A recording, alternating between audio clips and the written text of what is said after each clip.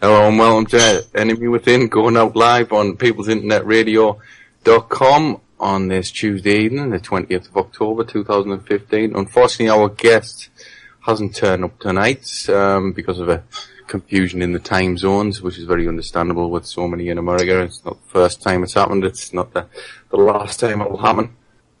But we will be getting Lenon Honor back on the show very soon. So don't worry about it, folks. But we do have Jason Holmes on the line. Hello, Jason. Hello, guest without a cause. Nice one, Jason.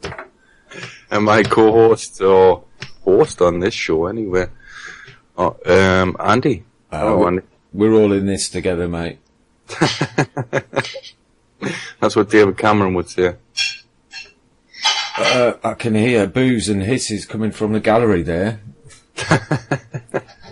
I was laughing at David Cameron being pressed on why we're friends with Saudi Arabia, and he was getting pressed by Jon Snow on Channel 4. He said, right, I'll tell you why we do deals with Saudi Arabia. It's because they give us intelligence that keeps us safe.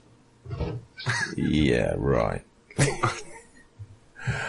Yeah, I mean, David Cameron, bloody hell. I want to know what's going to happen. We had a bit of a conversation last night, didn't we, Jason, about the stopping of the tax credits in, is it December this year? Yeah, I think it's December when the everybody's going to get a letter telling them how much the tax credits are going to disappear by, and then I suppose after Christmas it'll be interest rates flying up as well. Just to, a bit of a double boost. Mm.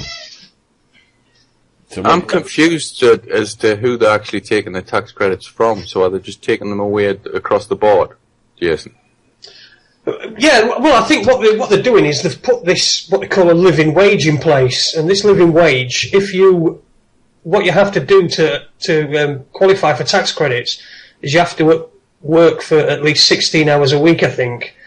Now, if you work 16 hours a week and you are receiving the new minimum living wage, as they're calling it, then you will be above the threshold to be entitled for tax credits anyway.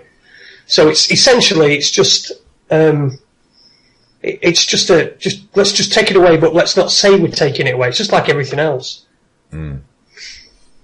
Well, yeah, they're saying that they're replacing it with this living wage or new minimum wage, but the new living wage doesn't come in until 2020, doesn't it?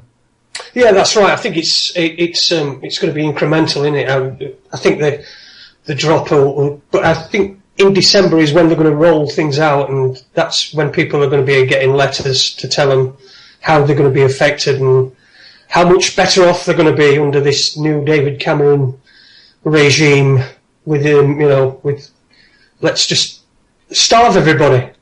But as you can see with the question time thing, with the woman on question time that was almost in tears, it's now going to start hitting people who before were thinking, well, it's just people on benefits, it's just people, the I'm all right Jack set, as it were, who really don't care about anybody else, and now it's going to start hitting them, and that's when we're going to see what sort of, whether they've got any balls in the what you would say the sort of middle earners type people, but who still get tax credits.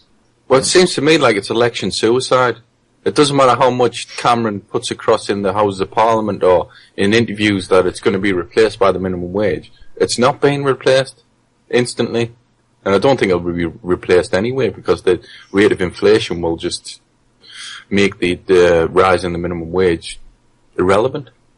Yeah, it's the upside down world we live in at the moment, isn't it? I mean, I just had a message from somebody a few minutes ago. She's a friend of mine, and we speak over Facebook and such things, and she just sent me a message just saying, I want to pick your brain. Why does somebody who cares for somebody who's a carer, who puts all this effort in and does something decent, why do they get paid less than somebody who works at Aldi, for example, in what you would say is a less needed job? You know, we always need carers. And I just said to her, it's just the money. It's all about the money. There's no money in caring for people. There's no sellable end product. So therefore, we'll never be able to find money for people to be cared for, or for people's social security, or for people's tax credits. But we can always find money to bomb people. I think somebody posted up an image on Facebook earlier today that said that the £7 billion in cuts that are being made to tax credits and other benefits and things, and yet it's £6 billion that Vodafone didn't pay in corporation tax last year. So you can see where the loyalties lie for the people that are in power at the moment, or perceived power, because they're only in power because we allow them to be in power. Mm-hmm. Well, I think with the private care homes, it's all about greed, because people pay a lot of money to go into these care homes, especially disabled care homes. I know a lot of people actually who work in them or have worked in them in the past. I'm trying to get one person on because she got some complete horror stories about the disabled home that she worked in and what she witnessed, what she reported actually, but nothing was done about it. But it's all about greed at the end of the day, because they're paying £800,000 a week, some of these people, to stay in these homes. So the money's there to pay the staff, but yet they're on less than the minimum wage in some cases, in a lot of cases. Well, I met somebody several years ago, before I moved where I am now, who owned several care homes. And he used to say, well, there were two people I knew in that town who owned care homes, and they both said to me, granny farming is the biggest booming business going. You know, and they were both builders, yet they'd built these care homes, got people in running them, paying them next to nothing, and reaping the benefits. Massive business. How did Duncan Bannatyne become a millionaire? Just through care homes. Yeah. Fair enough, he made it from nothing. For people who don't know, he actually made his money from saving up his dole money and then buying a chip buddy van. And then he bought 2 vans and then 3 vans. And then he invested all the money into care homes. Is he still on the dole, do you know? I wouldn't be surprised. Well, no, it does seem that there is one set of rules for us, and then one set of rules for if you've got several £1 billion, because I know a lot of the hosts on People's Internet Radio talk about how there is no law that says that any man or woman needs to pay tax. But, if we don't pay our tax, they'll come after you, they'll kidnap you and cage you. Yeah, if, I don't know, David Cameron or any one of the other 650 alleged paedophiles that are in the House of Westminster don't pay their tax, well, slap on the wrist, don't do it again. You don't have to pay it back, but hey, just don't do it again. Yeah, I'd like to correct you there. When you said there's one rule for them and there's one rule for us, no, there's one rule for us, and there are no rules for the 1%, the people. There are no rules. Seriously, look at Oscar Pistorius. He's got away with spending a year in prison. I know this is in South Africa. But it's the same global system, and it's the same. Do you think that a black South African from Durban or whatever, who went in and shot his girlfriend, killed her, do you think he would be out after a year under house arrest in a mansion somewhere?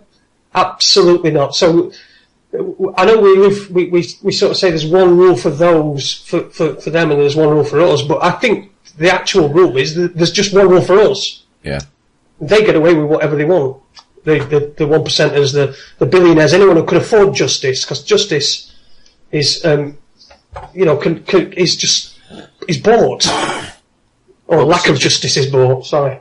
It was such a ludicrous story with the Oscar Pistorius event. He was trying to say that someone broke in and he just shot through the door because he thought somebody had broke in. He didn't. I mean, the first thing you do when you wake up, if you're sleeping with your partner, you would look to, all right, they're okay, then I get up.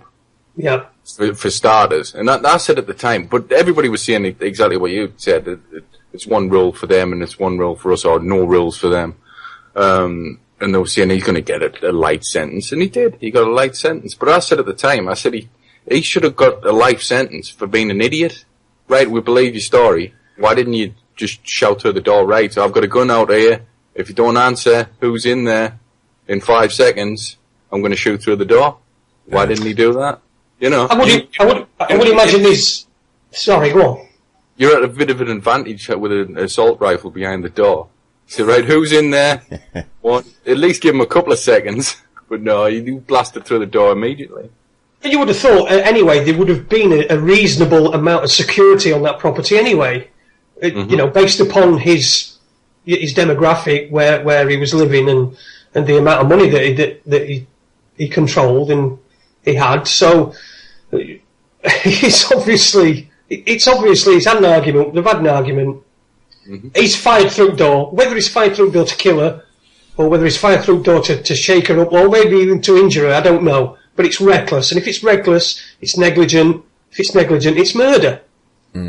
Well, I went over to South Africa in early 1983 when apartheid was fully still in place. I mean, the white population there were getting quite nervous because they realised that the time was coming when the blacks were going to take over. What they were actually concerned about more than anything, though, was that it was going to turn into the next Zimbabwe. And it looks a little bit to me like South Africa is heading in that direction. But I've just seen a couple of interesting comments in the chat room from Nick Nomick. And I'd like to say a big thank you to Nick for helping sort out my software today. Even though his was playing up at the time, but he managed to put his finger on it and we got it sorted and we're going. He says that Tory view that being poor is mental defect is getting a lot of traction. And then Paul Sturm says the Tory bastards don't care. See, Ashcroft's been nuked. And then Nick goes on to say destruction of the benefit system and the NHS is driven by US corporations who see a great new market for folks to pay for private services. Absolutely. And money is king. Money is the king. This is what we need to get away from, is this money is king sort of attitude, and people perpetually chasing money to try to get to a place where they feel like they want to be, when in actual fact it's not going to do them any good. You need to live your life, not do as John Lennon said, life's what happens while you're waiting for making other plans, or something like that, wasn't it? That's what John Lennon said. I mean, it's right. People are chasing this dream about owning all these things, but in the end, it's not going to make you happy. Not going to make you happy at all. Not make you content. Not make you fulfilled. Well, I think that the Tories, there's a distinct difference between the Tories and other parties. I can say that in other countries. When I was in Canada recently, the Tories are exactly the same as they are in the UK. They've just voted them out, by the way. It just came up on my newsfeed today. But there's a distinct difference between the Tories because they live by Victorian values, and they've got this world view that still dates back to then. They're like the bad guys that Charles Dickens wrote about or something like that. They're just living in a complete fantasy world. But I don't know if they're living in a fantasy world or they just don't give a shit anyway. They're not interested in knowing what's happening at the bottom of the ladder because they're just going to carry out their agenda to what suits them. Well, are you interested in what's going on at the bottom of your toilet? Well, it's the same thing. It's the same thing. They're not interested because why would you be interested in what's going on behind the U-bend in your toilet? They really don't care. They've got no empathy.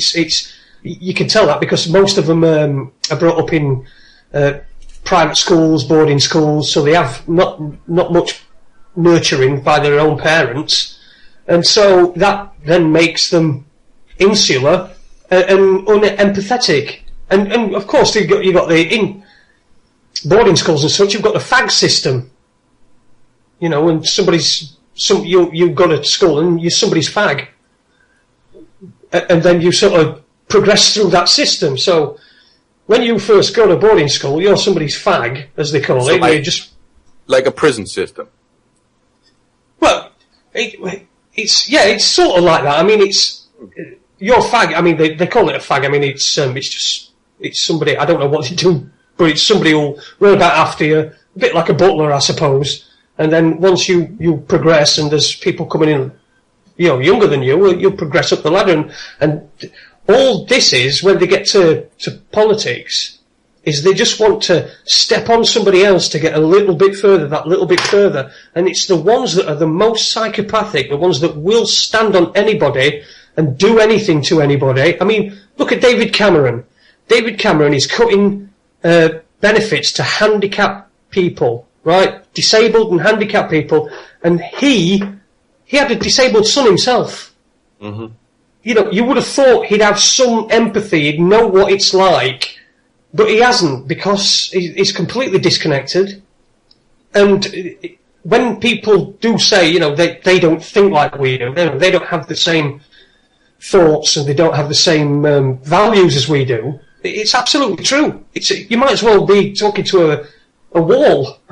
If you that woman that was on Question Time, when she was nearly crying and sort of saying, look, I voted for you because I thought you'd do okay for me. I thought, essentially she was saying, I thought you were just going to shit on everybody else, and not me, because I'd voted for you. But you can see that that's not going to make a blind bit of difference. The woman on the panel, it didn't register with her. It didn't make a blind bit of difference.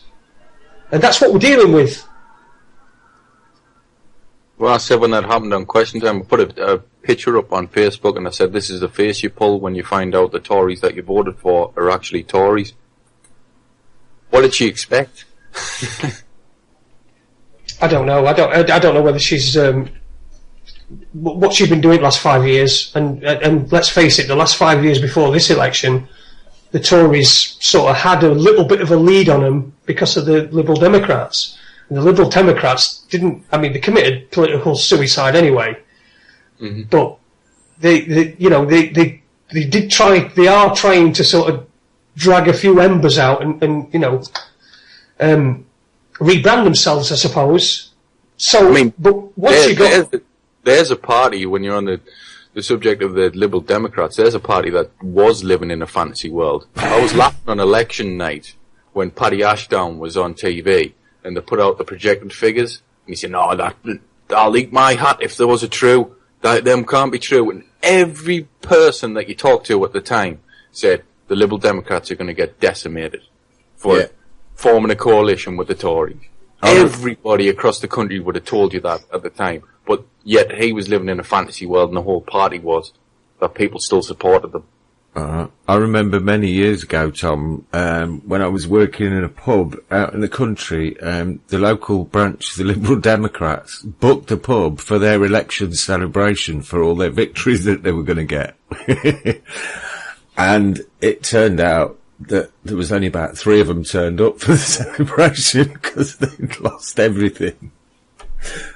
And I ended up taking the mickey out of this bloke's tie. Well, actually, admiring his tie in a kind of mickey-taking way.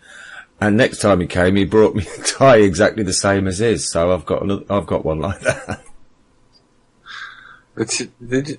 Nick Clegg basically conned the students into voting for him. Saying that they would get rid of tuition fees, and then tripled them in the coalition government. So obviously all of those voters were against them for a start and against the party, but yet they were still in a fantasy that people supported them. Yeah, my partner's daughter, it was her first election, and she was just due to go to uni, and they all the students thought, well, we've got to vote for the Lib Dems because they're going to abolish tuition fees and all this.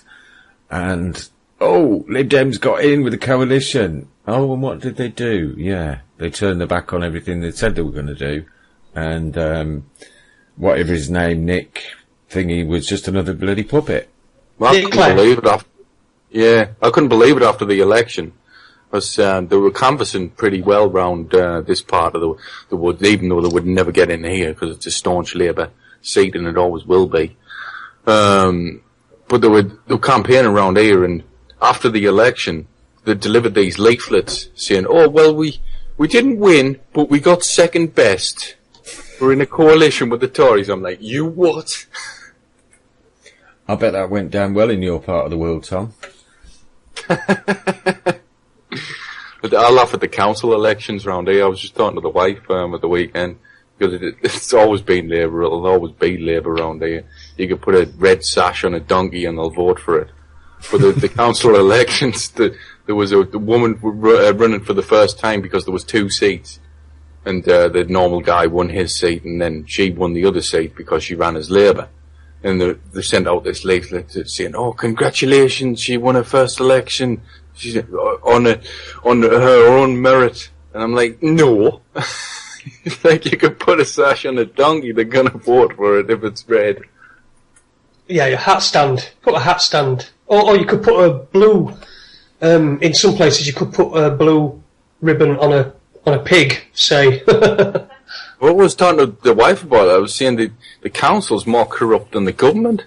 Because it's kind of like a Kim Jong-un type affair, because they'll never be voted out. They're like royalty. It's a family dynasty, because it just gets passed down throughout the families.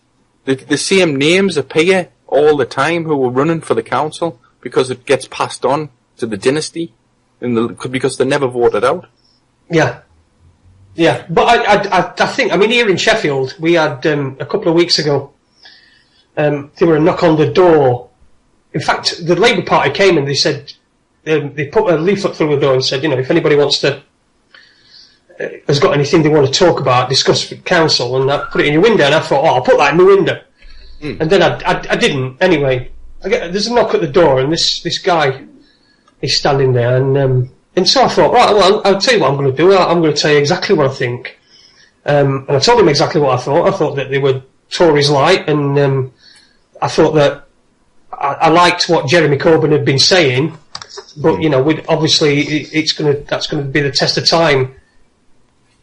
Time always tells the truth, as Lenon always says. Absent friends, but yeah, time always tells the truth, and that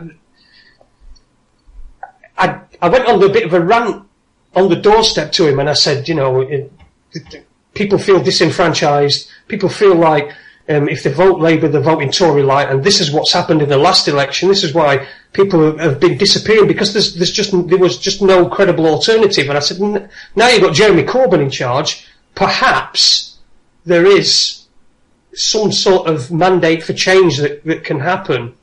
And the guy just said to me, have you ever thought about joining the Labour Party? I said, no thanks, mate. Oh, we need people like you. I said, yeah, no, no thanks, but, you know, I will keep a watch.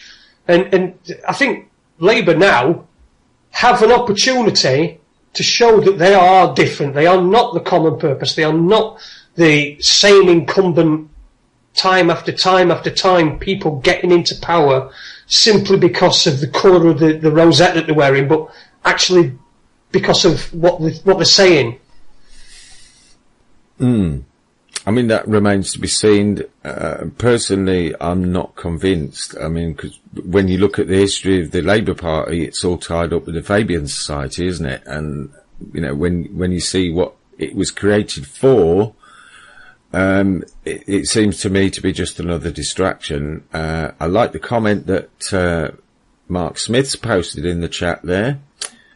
Clegg was Britain's bum boy. How the hell do you think that dimwit like him gets so high in the elite society?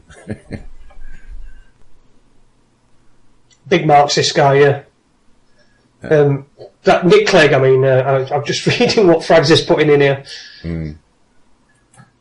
Yeah, but it's. I do think we've got to give him a chance. If he says he's going to do things, you know, give him a chance. Let's see reserve judgment until we'll see what his fruits are, rather than what his blossom is. Yeah, but didn't they say let's give him a chance with what was his name, Tony Blair, as well? Tony Blair were completely different though, weren't they? Absolutely completely different. Tony Blair was selected to be in that position. After they got rid of John Smith, and let's face it, they did get rid of John Smith, didn't they? Heart attack in Bath. Yeah. Classic. Once John Smith had gone, because John Smith seemed like a decent enough bloke, seemed like a decent enough politician from what I can remember. But once he'd been removed, Tony Blair was put in, he didn't win that, he was placed there for the specific reason to bring Labour right into the centre. If you remember, the first thing they did was get rid of, was it Clause 4 in their charter? And that was, I read Tony Blair's book. It wasn't Tony Blair's book. I read Alistair Campbell's book. Oh. Quite aptly, it was in the toilet, so when I was in there, I just used to sit and read a chapter or two. But he outlined how they were sort of merging as one in the centre, in what's perceived as the centre ground, with the Conservatives. And there wasn't really, for a time, there wasn't any difference between, there's no difference between Tony Blair's Labour and this Conservative Party. Apart from Tony Blair's Labour gave a few treats out, such as tax credits and stuff like that, bribes and treats. But all tax credits did was just make sure that wages remain low. I hope you used the pages of that Alistair Campbell book wisely after you'd finished reading them, Jason. I did. It took me a long time to get through them. What was it, about 5 pages a visit?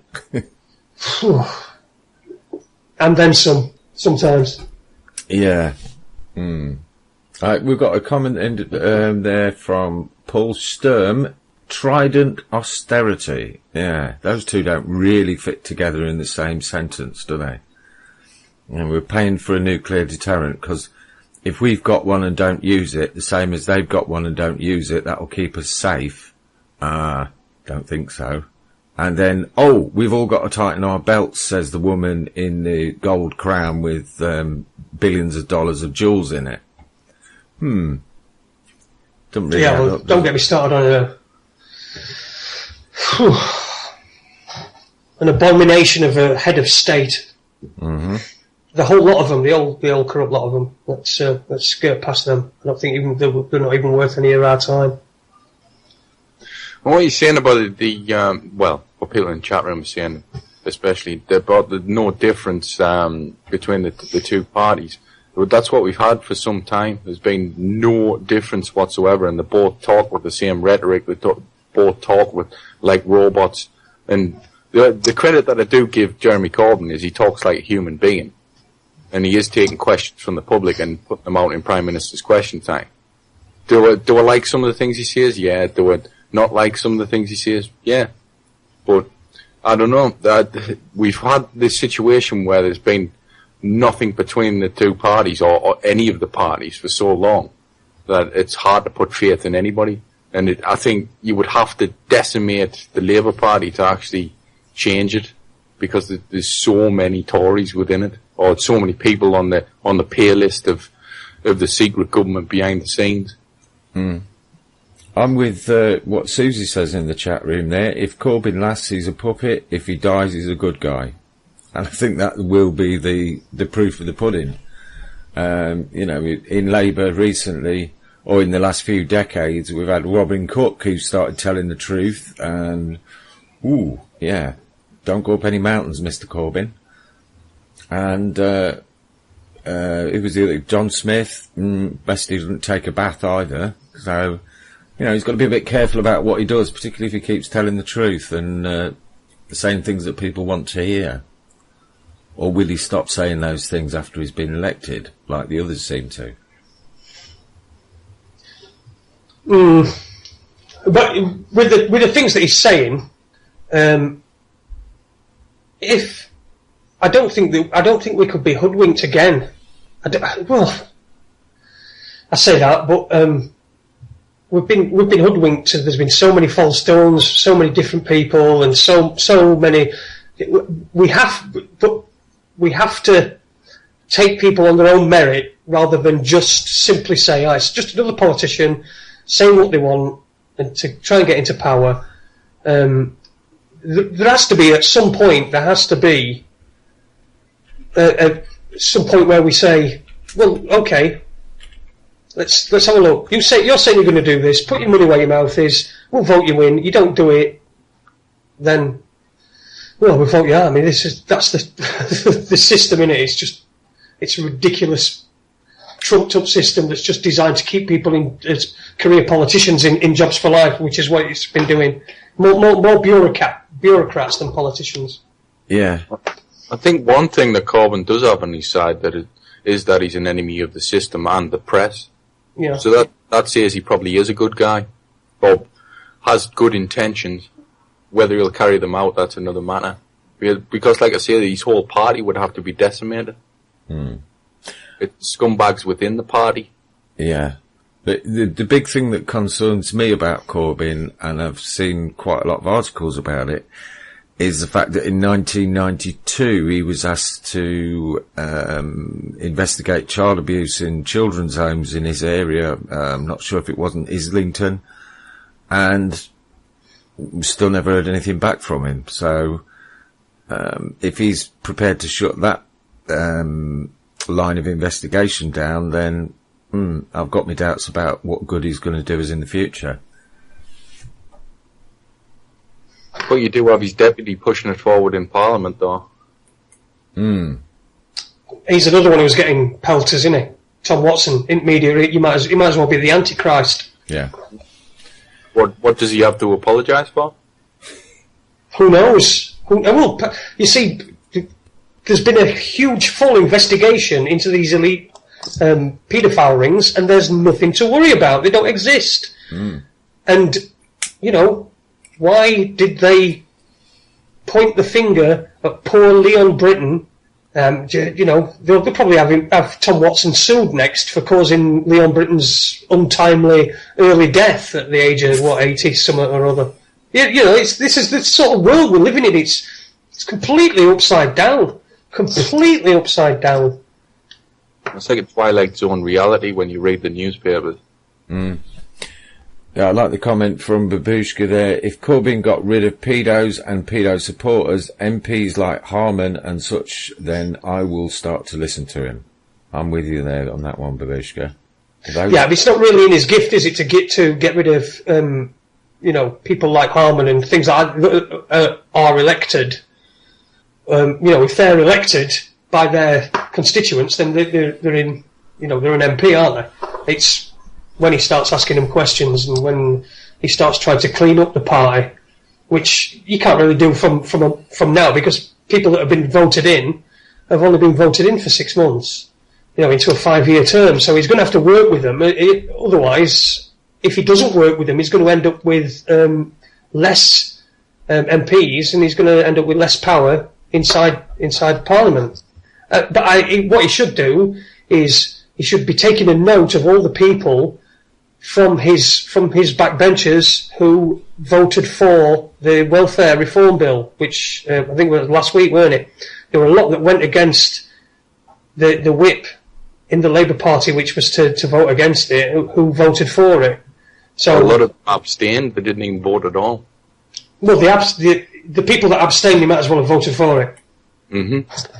They might as well have voted for it. If you're not voting against it, if you're abstaining, you know, you've not got an opinion on that. What did we vote you in for? Why are you an MP? Why are you making decisions? Why are you even there if you can't make a decision on where you stand on a particular issue? You abstain on it. See, that's all tactical. The abstaining and you know, voting against your party whip and things like that. It's a pantomime, isn't it? Let's face it, the whole thing's a pantomime. Why don't they change that rule for a start, that all MPs must vote? Yeah, well, that'd be a start, wouldn't it? What you mean? Compulsory voting. Actually make them go to work every day. That would be interesting, wouldn't it? Turn up for the job which we're paying them to do. Might interfere with their extracurricular activities a bit, Anthony thinks. Yeah. Yeah, because, I mean, if you want to... I don't know if you know the TV series The New Statesman. from years ago. The comedy. I mean, anybody who's not seen that, just find it somewhere on YouTube. That's the Rick Mail one. The Rick Mail one, and it's absolutely spot on. He plays. It was rumoured to be Cecil Parkinson that it was modelled on, weren't it? He was modelled on. But yeah, it's just how little empathy he has for people and how he's willing to just tread on people and do things like that. And it's really funny as well. So anybody who's not watched The New Statesman, find it, watch it all the way through. There's even one where there's even a series where he's a member of the European Parliament.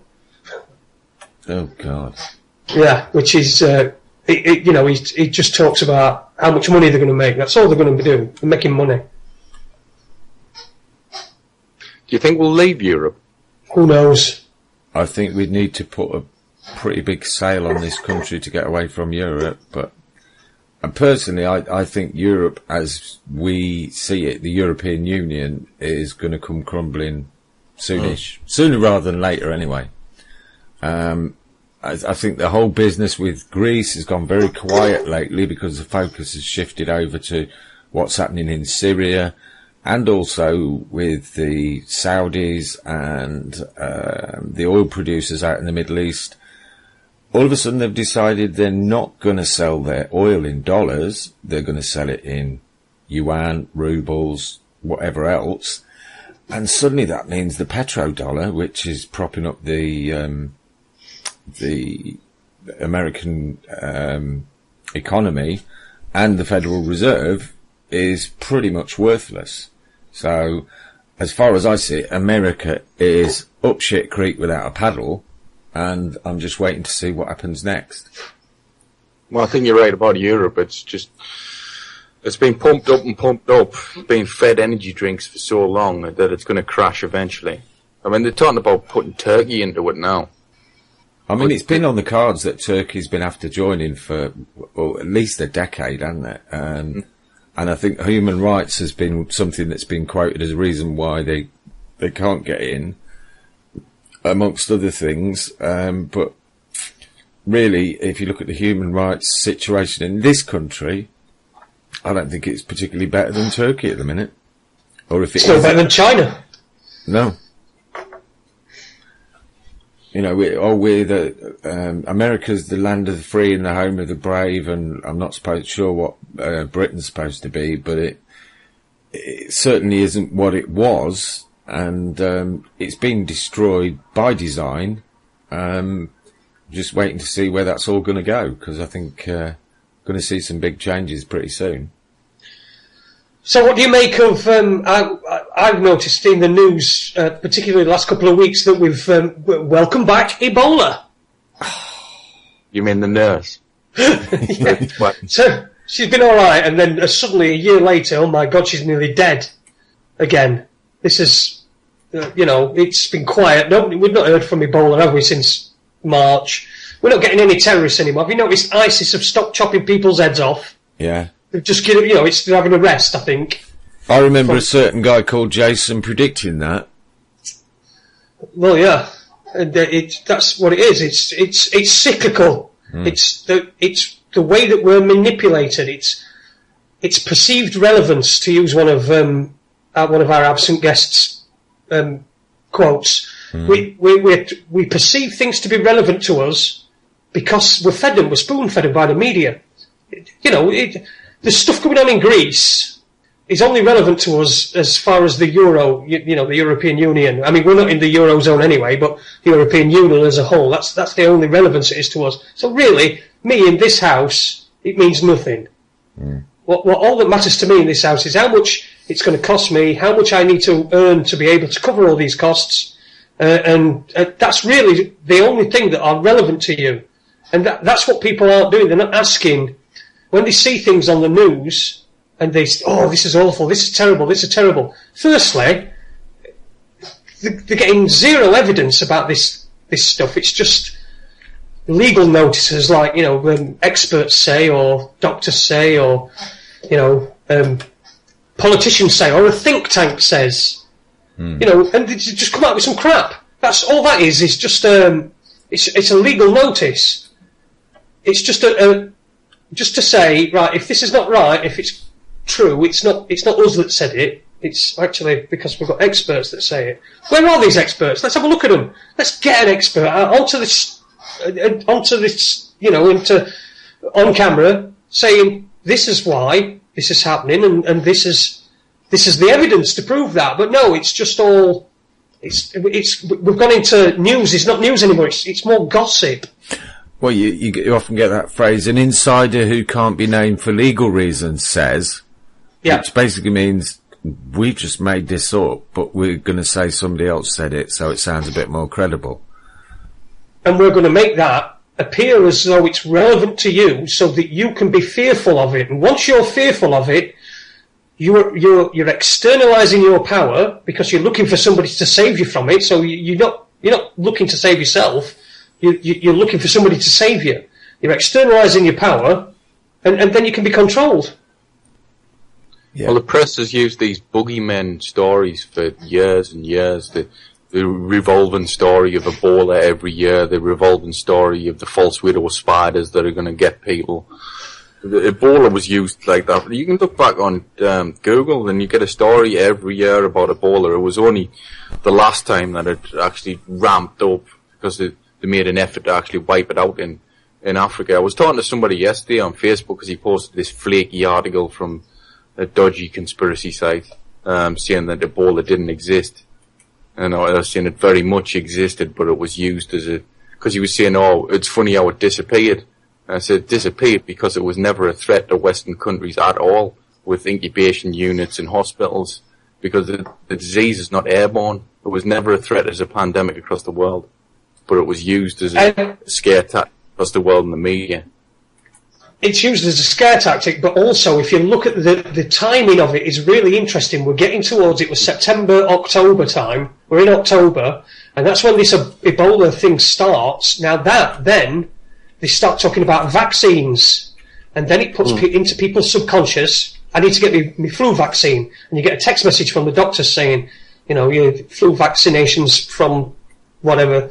I mean, I get them every year. I get them all the time. That's all they ever do is bombard me with flu vaccine stuff.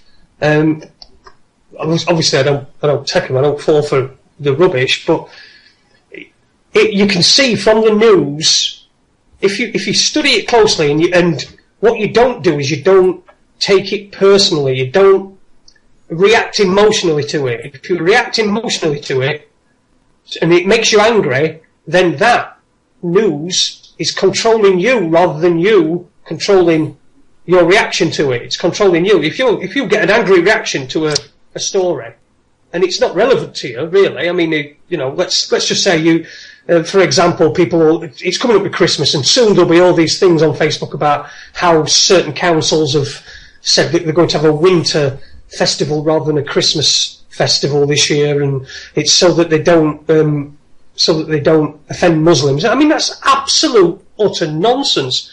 But people will still post it because they have an emotional reaction to it. Oh, you can't touch our Christmas. Even though there's no truth to it whatsoever. But people are reacting emotionally to it. And then it's controlling them rather than them controlling their intake of news.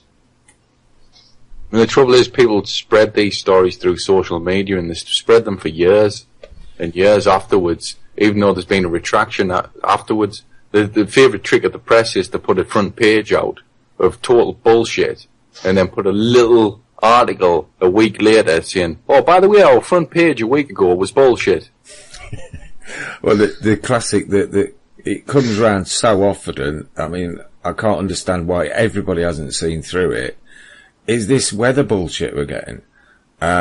Yes, tomorrow is going to be the hottest day for 23,000 centuries, and next week it's going to be even hotter than that, and then this winter is going to be the coldest winter for 200,000 years, and then the winter after it, it's going to be the coldest winter for 100 years, and then it's the coldest winter for 60 years, and then it's the hottest day ever, and the coldest, and we're going to have more snow than we've ever seen in our lives, and you get about half an inch. I mean, it's just pathetic. And we get it every year, and people posting it all over Facebook, going, oh, look, it's going to be a hard winter. Yeah, right, okay. You see it all the time. I mean, what worries me, what I'm worried about is the hole in the ozone layer. I mean, what happened to that? The hole in the ozone layer. You know, acid rain. Remember acid rain? Oh, yeah. Acid rain, hole in the ozone layer. All these things, you know, oh, acid rain, right, well, there's not really an acid in rain. Okay, but there's a hole in ozone layer and it's going to kill everybody.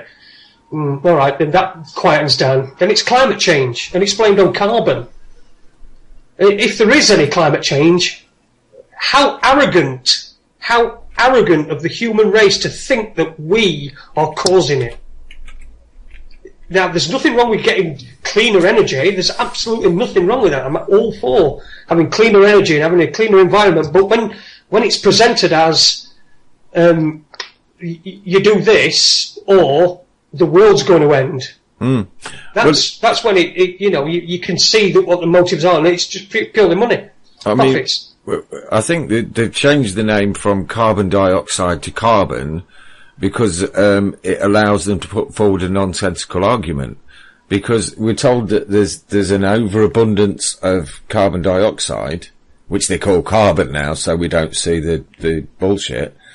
But if there's an overabundance of carbon dioxide, then why in God's name do we keep cutting down areas the size of Wales of rainforest every year? Because that's what takes the CO2 and turns it into oxygen.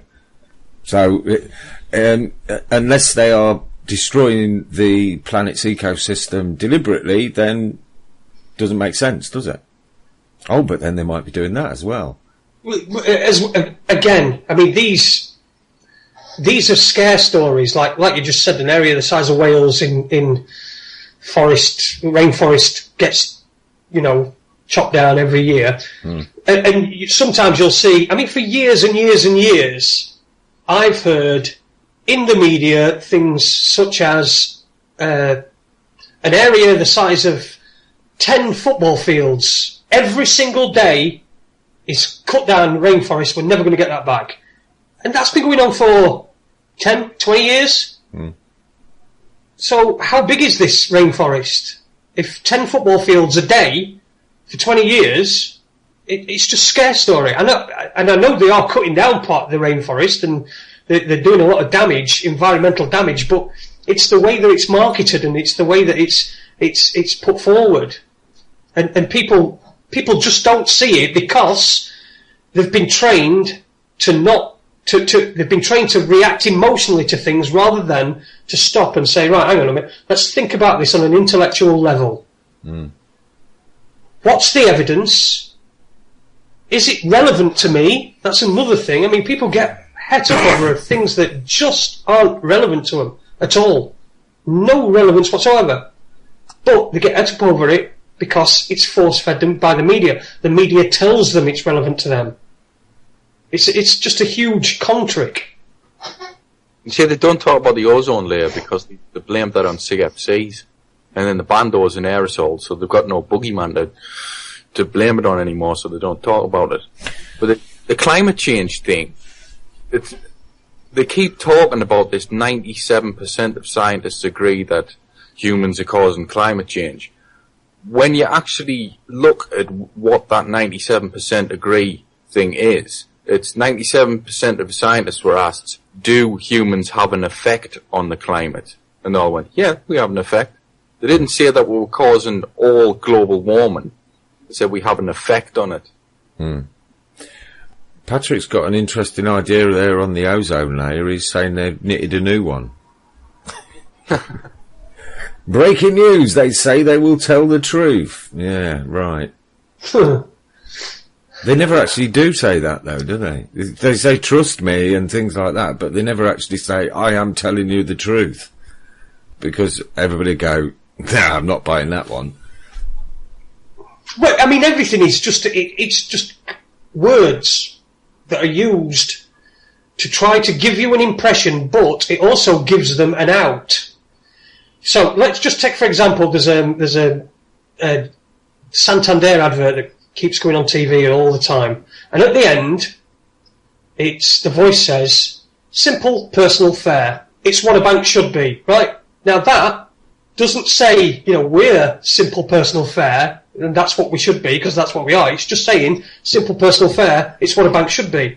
And that's it. It's a legal statement, so they can't be accused of telling lies. Mm-hmm. Do you know what I mean? It's everything's like a trick. They're not actually telling you anything. What they're doing is they're sort of painting a picture in your mind and hoping that you're going to fill in those blanks, which is, as human beings, that's what we do. Yeah, we tend to. I've just noticed we're coming up to the hour there, and I think it's probably time to take a wee break and maybe get ourselves a brew.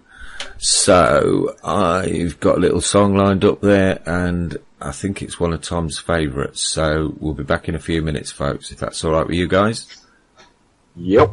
Good enough. Good evening and welcome back to Enemy Within. Tonight I'm joined by Tom and Jason, and what on earth's happening there? And we did have Lenon Honor lined up to come on tonight, but unfortunately there's been a mix-up over timing and he's not made it, so it's just the three of us having a general chit-chat and basically ripping the government to pieces. Or would you say it's constructive criticism? Destructive criticism, I think we'll call it. Well, I think a bit of destruction would be more than welcome for most people. Well, I think a bit of destruction is what's happening to most people. They're having their life disrupted and destroyed. Many people, it's an outrage. Yeah, it does seem that. I've got to wonder how long people can keep accepting that the most vulnerable people in society are being constantly targeted and abused by the government. It just astounds me that people have had their compassion seems to have been wiped away. Well, I don't know whether that's too many years of voting and thinking we'll give them another chance, or a bit too much television, or perhaps a bit too much Daily Mail. I don't know. A bit too much comfort. I think that's what we've had. We've had too much comfort, and there are people that are still in that position of comfort and are reluctant to rock the boat in case their little bit of their comfortableness is disrupted. And until that happens, there has to be a tipping point at some point where people just say, "Look, this is just enough." But again, it's when it comes to you is when most people act, when it comes to them. Yeah, I remember when I was out of work when I was younger. I remember somebody saying, "Well, yeah, I really feel for people who've got no jobs." And at the time, I understood very well how people thought about people with no jobs, because it was said to me quite regularly. And to be quite honest, at the time, the only people who gave a damn about the unemployed were the unemployed. Nobody else gave a flying F. But we've also got this mentality as well, whereas everybody is being raped by this government. Mm-hmm. Financially, metaphorically, everybody's being raped by this government. Now, we've got this situation where if somebody finds a way to avoid getting raped, the rest will turn on them. They will turn on the person that's avoided getting raped by government, as opposed to the ones doing the raping, the government themselves. Yeah. And that's the sort of mentality we've got. I put a post up, I think on Facebook a couple of years ago, and I put a post up about the bailout, when they bailed the banks out. And I put a post up, and I put, this could have paid everybody's mortgage off in this country. That money could have paid everybody in this country's mortgage off. And the one response I got from somebody was, who lived in a housing association house, "Yeah, but what do I get? Yeah. I don't own a house, I got a mortgage. What do I get?" And instead of saying, "Well, I'll tell you what you get. You get people with more money in the pocket, you get a better economy, and there's more work, wages are better, and then you're able to go and buy a house. That's what you get. You get a better society. But people are so insular and self-centered. And I obviously don't mean people that are listening here today, because people that are listening in are looking for solutions. But generally, people for themselves are only interested in what really they get out from it. And the guy that said that was, I would consider somebody who's educated. He works in the NHS. He's got a job and he's doing it. But it was just that attitude of, yeah, okay, but what do I get? I ain't got a mortgage. What do I get? Don't see bigger picture. You get a better society. Yeah, I'd like to pick up on something you said there, Jason. And you said that obviously not the people who listen to this show. Something that always kind of concerns me is that on People's Internet Radio, it seems we get quite a good audience and they're very well informed. But what concerns me is it seems like we're preaching to the choir. And most of the people I'm talking to know more about a lot of the subjects that we talk about than either of us do. And I think we need to be getting more out there. We need to be somehow reaching a wider audience. And quite how we do that, I'm not sure. Any ideas? Well, no. Off the top of my head, other than direct action, social media, you can spread as much as you want on social media, but it's only what that social media platform will allow you to spread and who to. Yeah. Because if you're putting something onto Facebook, say, something like that, the only people that are going to see it are the ones that are interested or who've expressed an interest in that particular subject matter previously. So everything's sort of strangled. It's like we've got this huge stranglehold over us.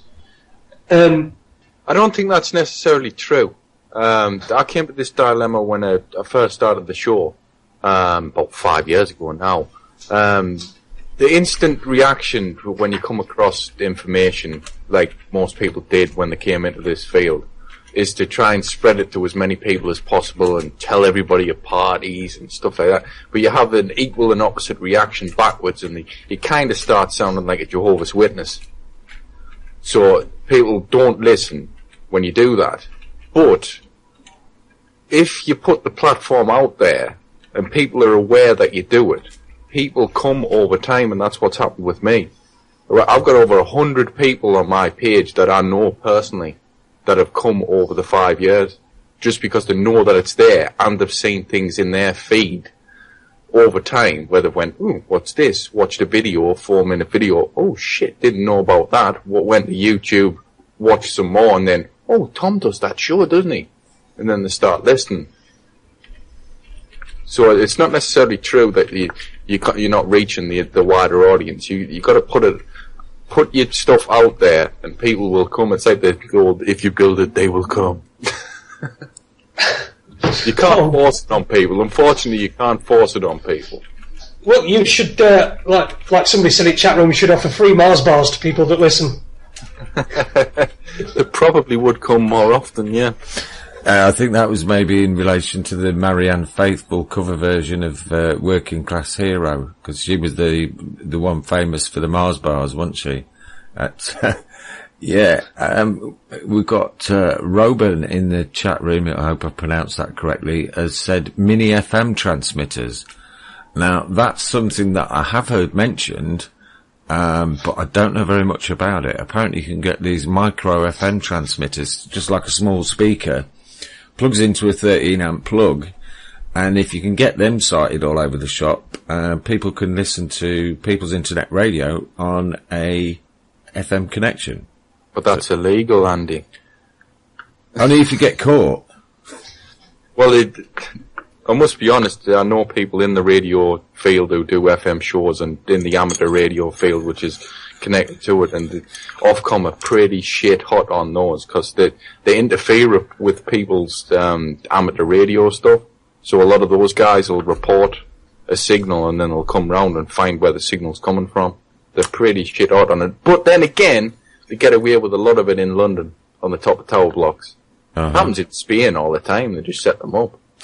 Well, it was suggested to me by someone from People's Internet Radio that you can get these little devices and just pay a visit to a shop and find a little quiet corner that doesn't seem to get much attention, stick one in there, stick it in a 13-amp socket, walk off and leave it.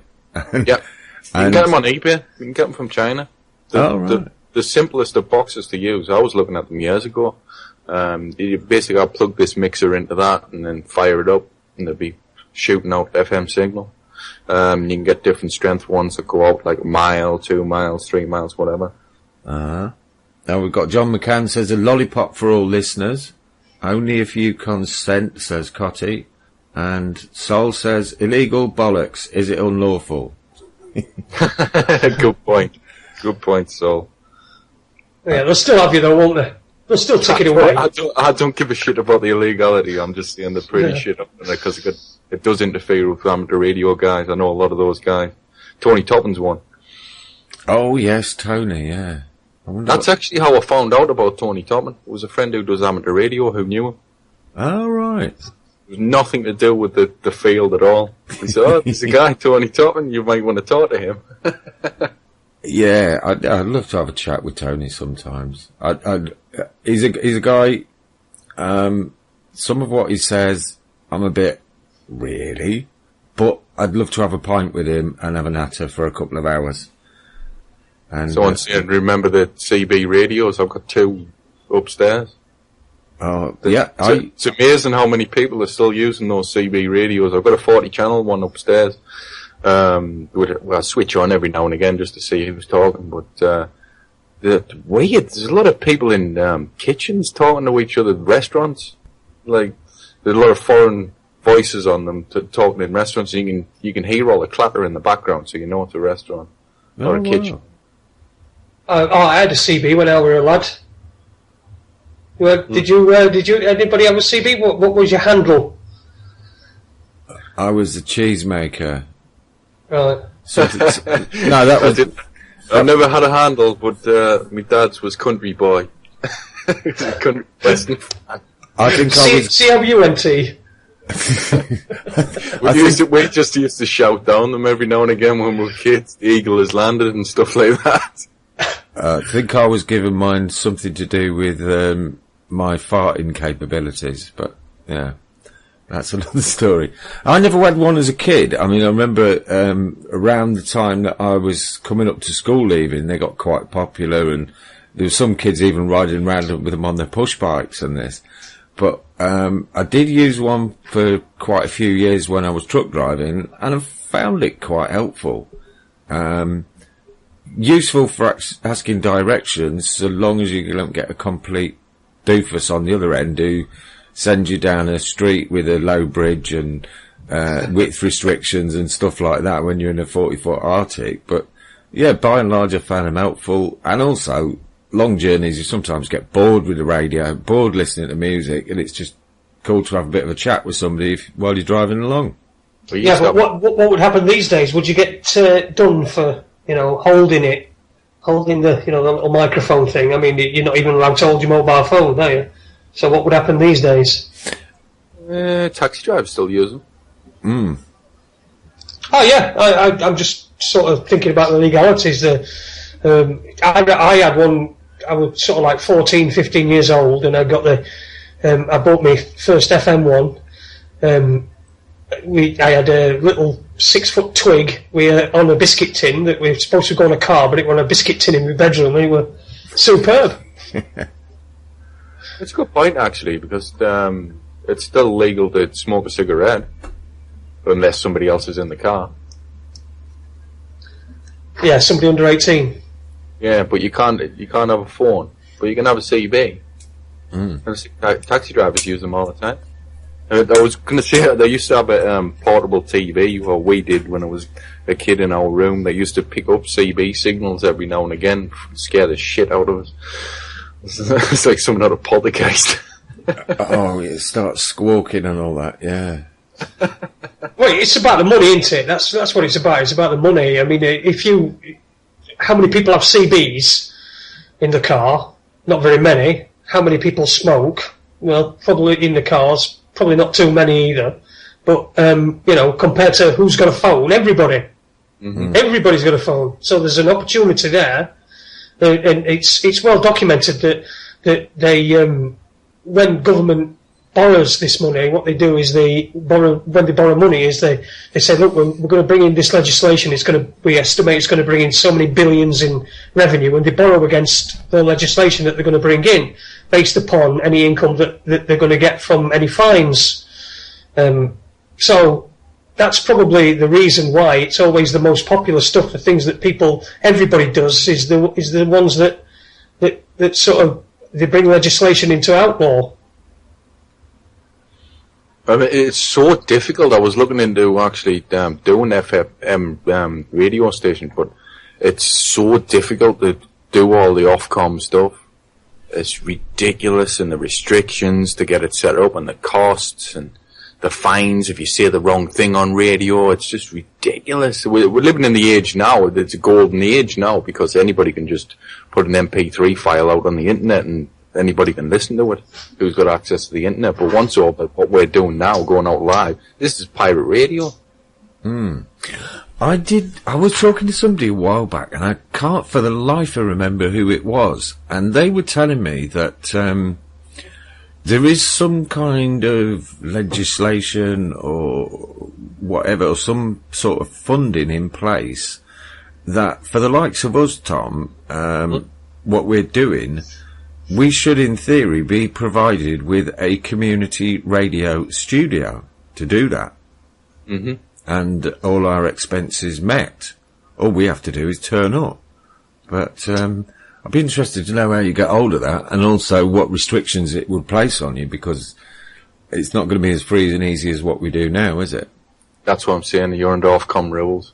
And you get fines if you say the wrong thing. It's like Press TV, when it was on, when it got that D notice. It's because the amount of fines that they get.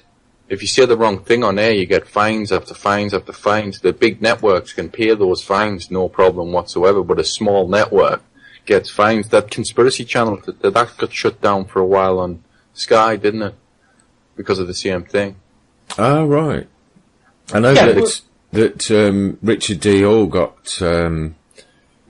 took off there because of, I think it was one complaint. Yeah. And it's amazing how much they get fined for one complaint. The small network can't pay those fines. But if I complained about X Factor and the fact that I accidentally flicked onto X Factor on Saturday night, and afterwards I couldn't get the smell of dog shit out of me front room, and if I complained to Ofcom about that, then nothing would happen. It's a true story as well. Oh, yeah. Yeah, it beats me how people can watch that stuff. I mean, I've got to the stage now where I do watch a bit of motorbike racing, but by and large it's all been taken over by Sky and blah, blah. So I either get a free stream off the internet and watch it, or else I pay a subscription to MotoGP and watch it that way, watch it online. So as far as actual TV programming goes, never ever watch any of it. But if I ever, by chance I do, I just end up wanting to scream at the television and throw it out the window. You guys will remember the times of Mary Whitehouse, won't you? Oh, God, the yeah. Professional complainer. Yeah. I remember being a kid and my dad complaining about her constantly when she was on TV. She'd be, I've seen the most disgusting thing on TV last night. And he was like, there was nothing in it. Yeah, I think. Talking about. And yet we've gone from one extreme, Mary Whitehouse, to another where there's just about anything goes on TV at any time. And even if it's not explicit, it is implied. I mean, look at things like EastEnders and things like that. I mean, they all they are is conflict. They're teaching people that the way that you act in society is you cheat on everybody, you backstab people, you murder people, you come back from dead. I mean, how many people have come back from dead on EastEnders? About, it's so that you've got people sat at home holding pictures of the mother or the father that they've lost, and thinking, "Cool, please knock on my door." I've seen it on EastEnders. It does happen. It's happened 4 times, and so they might come back from dead, and it's just ridiculous. But it's teaching people that's the way that you should act. It's keeping people in perpetual childhood as well. People are particularly men, are in a perpetual childhood, perpetually adolescent. They don't grow past an adolescent. They're still laughing at the same things they were laughing at when they were 15. Farts, all that sort of thing. All these silly jokes and stuff like that. Men particularly are stunted to be in a period of from when they get to sort of their adolescence to stay there. Don't go any further. You don't go any further in your own personal development and be able to think critically about things, because you're kept in this perpetual adolescence. You're on sports. You're watching sport. Again, sports, another thing. What all it does. You're wearing a football shirt, mind. You're wearing a football shirt. Yeah, it's Argentina. Ooh. I'm a rebel. I'm the Morrissey of Sheffield. Was you the one that was hoping they really would shoot Jeremy Clarkson when he went out there? Well, I didn't. To be fair, I didn't watch it. I've not watched that one. I used to watch Top Gear, but then I started noticing things, and you see, I've got this way of spoiling things for other people. Now, there's lots of shows that my missus used to watch all the time. She can't watch anymore because I pointed out. I mean, look at Top Gear. Richard Hammond just drives me up the wall. He just says all these stupid things in stupid ways like this.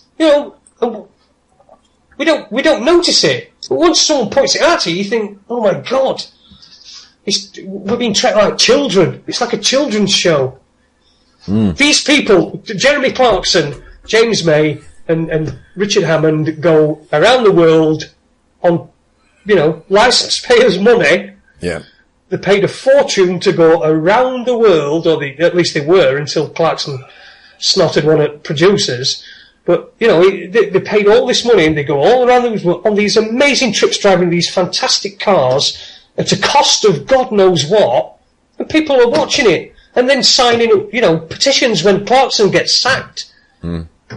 Signing petitions. We've got a big pile of dead babies here. Don't you think we should sign this petition to stop Israel from bombing Gaza? No, let's sign a petition because Jeremy Clarkson's not going to be able to drive around in a car anymore that we're paying for. Yeah, you see, a lot of people don't actually make the connect between the fact that they're driving a supercar that the likes of you and me would probably never even get to sit in or get close to, just a bit of a fun, driving it like a maniac. They don't realise that the paying public are the ones that are paying for it, or those that are still paying the TV licence, because I think they're getting fewer and farther between by the day. Again, it's because people are unable to think critically. Right, you don't sit and watch Top Gear and then go, hang on a minute, I pay my licence fee, how much is this costing? These are £1 million cars. The insurance alone, when they're taking them to places, around the world, like Argentina and Peru and things like that, the insurance alone must cost an absolute fortune. But yet, people don't critically think like that. They just sit there going, "Oh, I'd love one to be able to sit in one of them." You're never going to be able to. Yeah, well, but you're living that dream vicariously over somebody you don't know, who you think you like, but you don't know them because you've never met them. It could be a rate tosser like Clarkson's turned out to be. It's quite a few. I'm not sure how long it is, but I stopped watching Top Gear a while ago. Similar reasons to yourself, Jason. But I was unfortunate enough to be in a position where it was very difficult to avoid watching it without being extremely rude this year, and it was that Top Gear in Argentina one, which, by the way, came straight after the filing of Britain's Got Talent. And I sat there and I was biting my lip and I was thinking, don't say anything. And then the person whose house we're at said, yeah, but he nearly got killed for real. And I said, well, yeah, but the danger is if you go out of your way all your life to piss people off, you might actually piss someone off for real. Mm. Yeah, that's all he does, yeah. Clarkson. I can understand that people want to switch off from reality.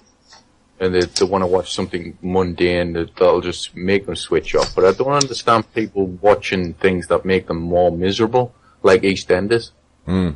EastEnders especially targets people at Christmas, to the happiest time of the year for a lot of people, with the most miserable storylines where people get killed. Yep. Well, I think there's a particularly valid point that Ben makes, because when he refers to EastEnders, he calls it Tavistock Enders, doesn't he?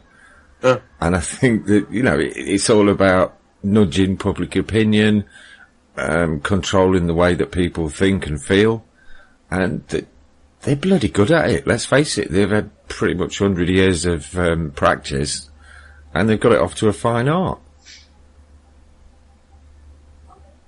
Do you think, Jason, you can finish your point, but do you think that people are waking up, the normal public are waking up to media manipulation? I don't know if they are. I don't know if they're waking up or they're just simply falling into a different sphere of media manipulation.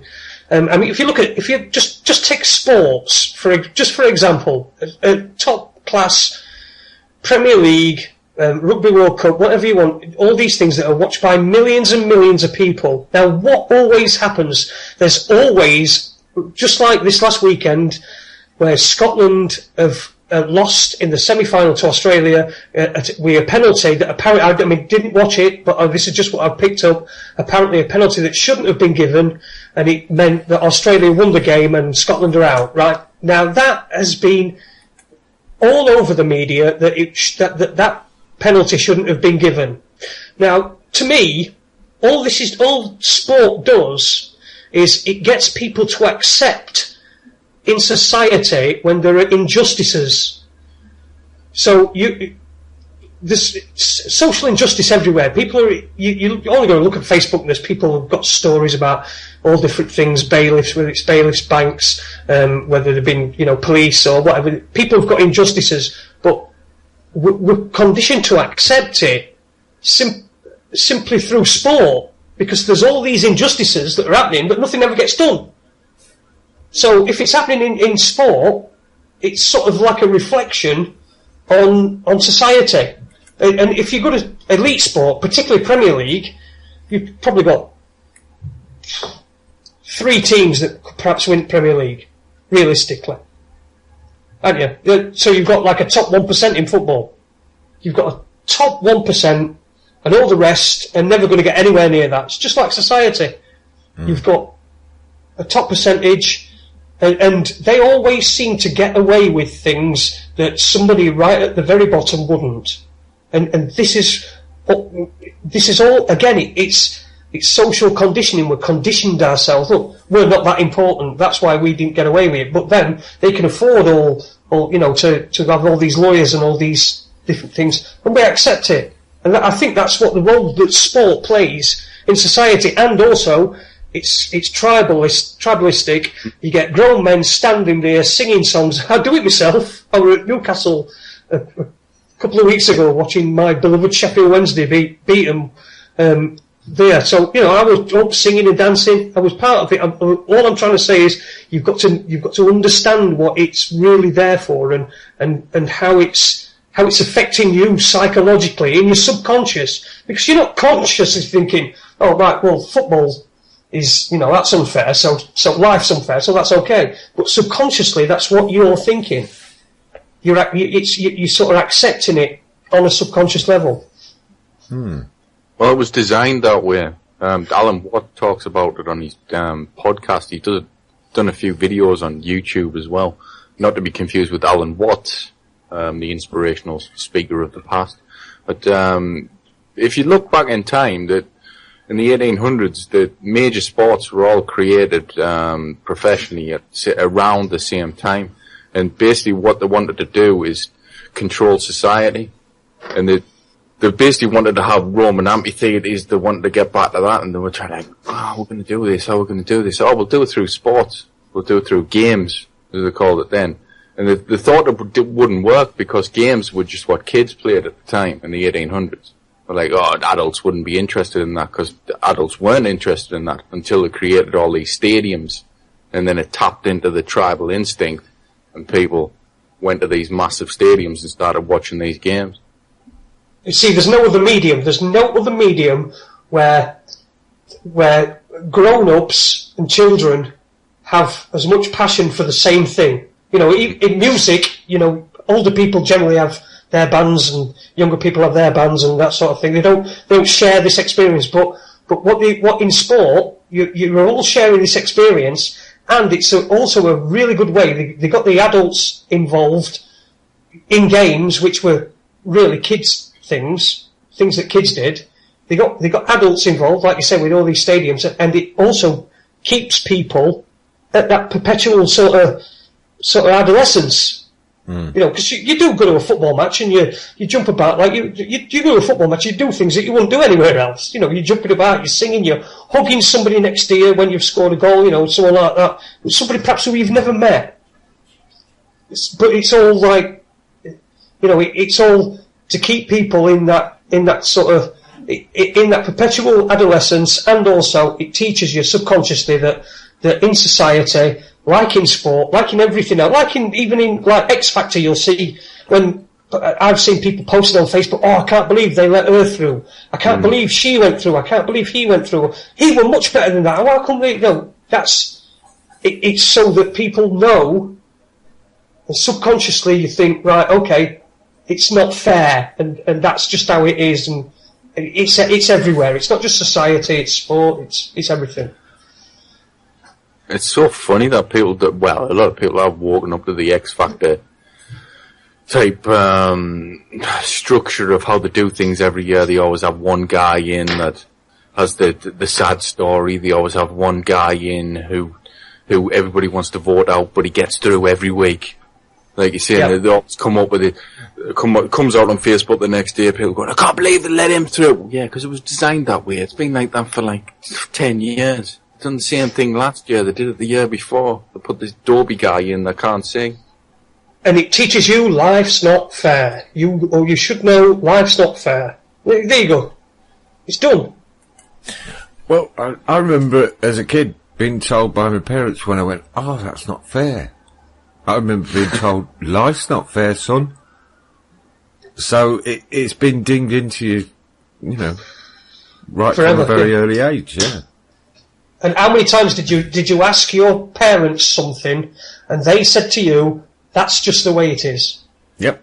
Oh, that was a regular answer for most things, because my parents they'd kind of gone along a very mainstream, blinkered existence, and now when they come to visit, most of the time they can't wait to leave, because I start talking about things that interest me. I started talking about inclined bed therapy, and you'd think I'd just done a big shit in the middle of the floor to see the reaction to it. 'Cause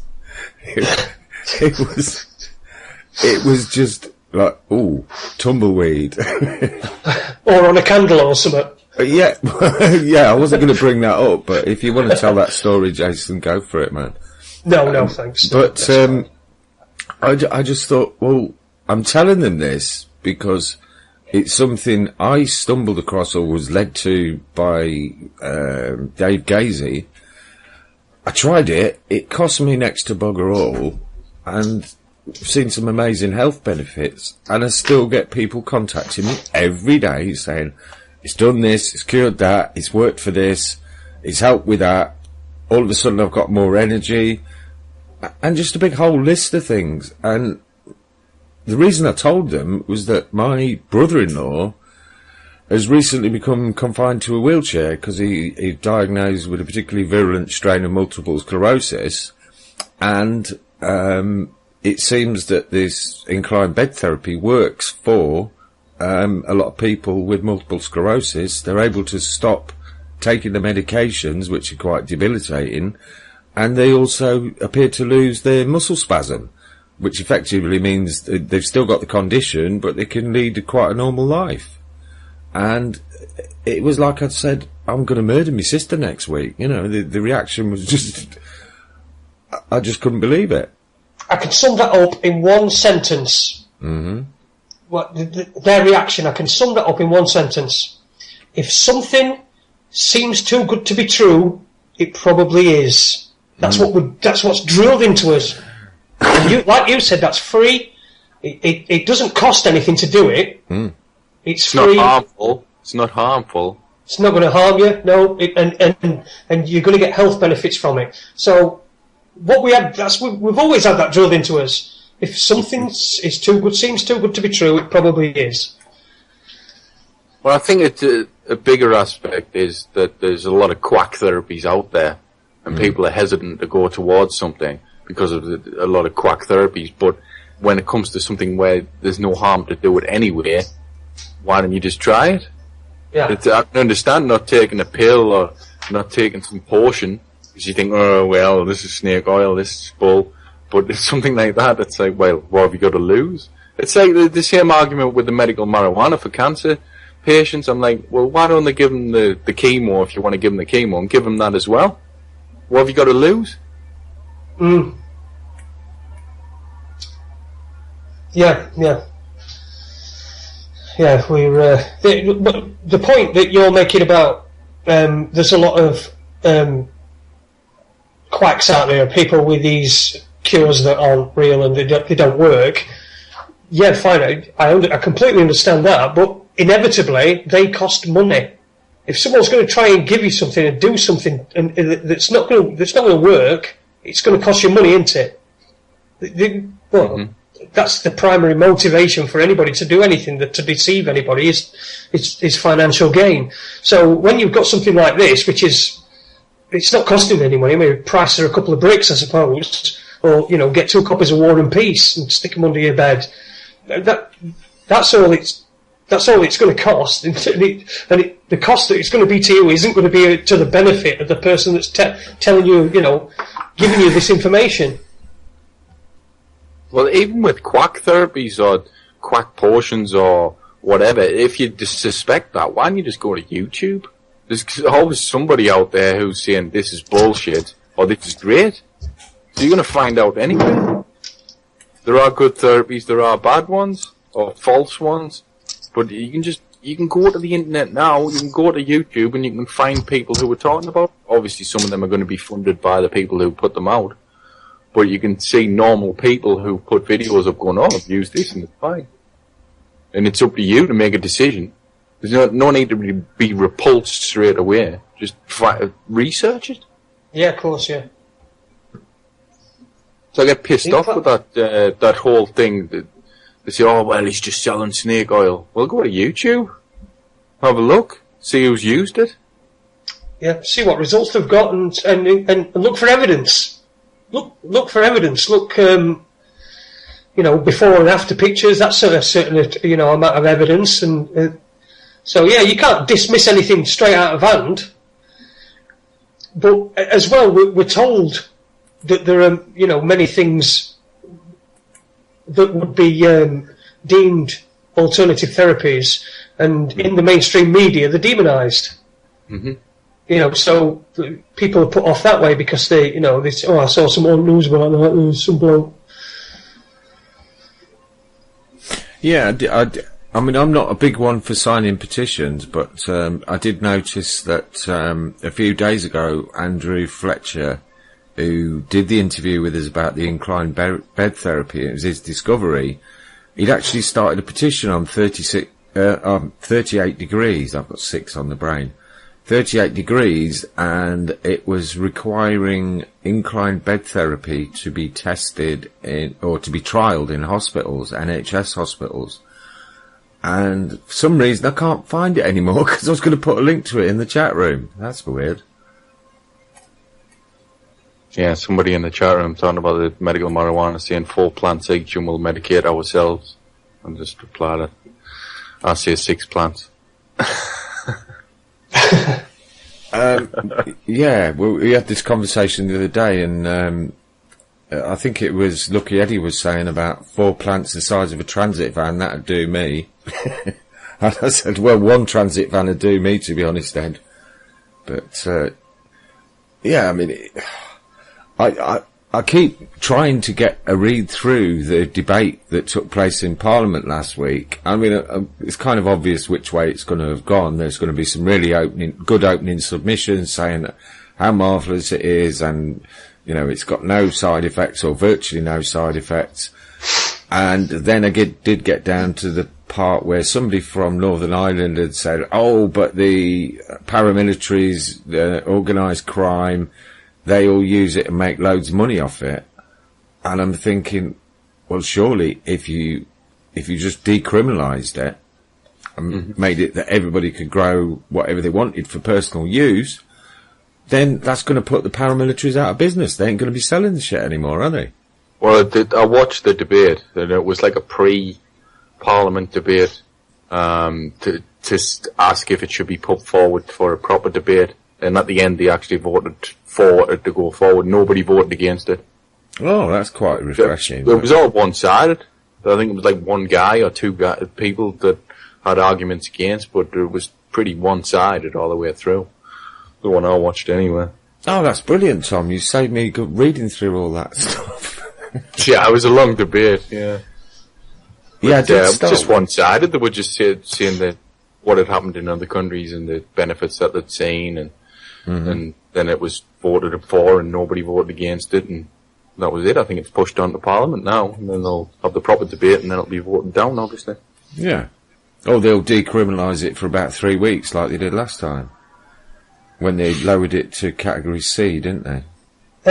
Lubin Lou seems to have put an interesting post in the chat room, if you'd like to read that one out. Tom Andy had lady on bit back who had breast cancer, did something and now doesn't. Can't say C word, but she put it on breast cancer website and was banned for trying to get women to self-harm. WTF. Oh, that would be Anne Devlin. She came on with Sarah Goodley about 6 weeks ago. And she removed her own tumours with black salve, and she's got all the photographs of her doing this process. It does look a little bit gruesome when you're doing it, but I would imagine it's a lot better than dying of breast cancer. And, yeah, she said she was actually banned off a cancer website. Don't want to listen, man. Same with the doctors. Too much money in it. Tommy Chong, or Cheech and Chong, was talking on a podcast a while ago now, it was about a year or 2 ago. And he was saying a friend of his had a skin cancer on his head. Went to the doctor and he said, right, well, we're going to remove that. And he went home and he said, right, I'm going to try this cannabis oil. So he rubbed the cannabis oil on the melanoma. And it disappeared within a week. So he goes back to the doctor and he says, oh, it's disappeared. And he's like, right, see you later. He says, oh, I used cannabis oil on it. That's why it's disappeared. No, get out of my surgery. No, I don't want to listen. Yeah, well, he's putting them out of business, isn't it? Yeah, it's ridiculous. There's absolutely no reason whatsoever for it to be illegal. None. No genuine reason, anyway. I mean, how long is it going to wait in this country? It's just ridiculous. You got nearly half of America that's got medical marijuana. You got states where it's fully legal. I mean, in Canada, it's pretty much legal. The cops don't give a shit. I mean, I was watching when I was in Canada recently, because I was saying earlier that it's exactly the same setup as this country with the Tories. They're exactly the same people. And they were having this debate on TV, on their news, about the heroin addicts. And we're saying, right, what we'll do is we'll give them the heroin on prescription, and we'll get them all in one place. We'll give them the needles and all that, whatever. And we'll take it off the streets. And every party was going, yep, we agree with that, we agree with that, we agree with that. And then it got to the Tories and went, no, drugs are bad. It's like, yeah, we know that. We're trying to sort it out. It's just ridiculous. Ridiculous. Well, my spoons made me fat. You should ban spoons because they make you fat. If you eat too much, if you eat too much pudding, you can't eat pudding without a spoon, can you? So if they ban spoons, that's the obesity crisis done. That's not going to work for cake, though, is it? You're going to have to ban fingers. Interesting little comment there from Nicole in the chat room. Based on what little I've seen, it looks like they intend to legalise hash and maintain restrictions on growing it yourself, oils, etc. I think the hash is nice and easy to regulate and tax. And I would add to that, and to put other crap in with it as well. Any spare diesel you've got? Diesel, old vinyl LPs, Wellington boots, you name it. Yeah. Yeah, but if they do that and then open stores for hash, then they would just import it from Amsterdam, and you'd know that it was decent stuff. Mm-hmm. Yeah.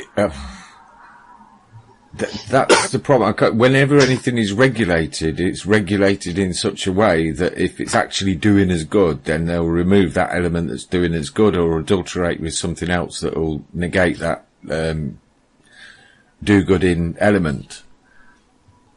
You know, it's like Monsanto were trying to patent certain strains of marijuana, or cannabis as it's more correctly called, because I would say that they're preparing for countries that are legalising it and saying, well, here you go, Mr. Government, we've got this strain and you can grow this and everybody will be happy with this, but they won't be able to grow their own seeds.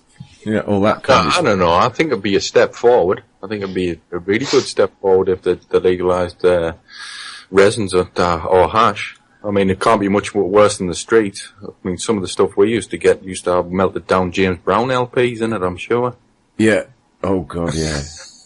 Well, to be fair, I really couldn't care less whether they legalise it or not, because it's not going to stop me from using it, whether it's illegal, legal, illegal or what, it don't matter. There's no reason for it to be illegal. There's none whatsoever. No reason at all for it to be illegal. So, if they legalise it, let them legalise it. It'll be taxed to hell, and it won't be as good as the stuff you're getting now if it's legal in a shop. No, it'll certainly be either diluted some way, or some of the benefits will be taken out of it. I mean, it's like, what's that blooming drug that's legal now? Sativex. Very expensive drug produced by one of the big pharmaceutical corporations, and it only gives you one little aspect of the cannabis plant. There are so many, is it up to 3,000 different chemicals involved in it? And each one of them does something.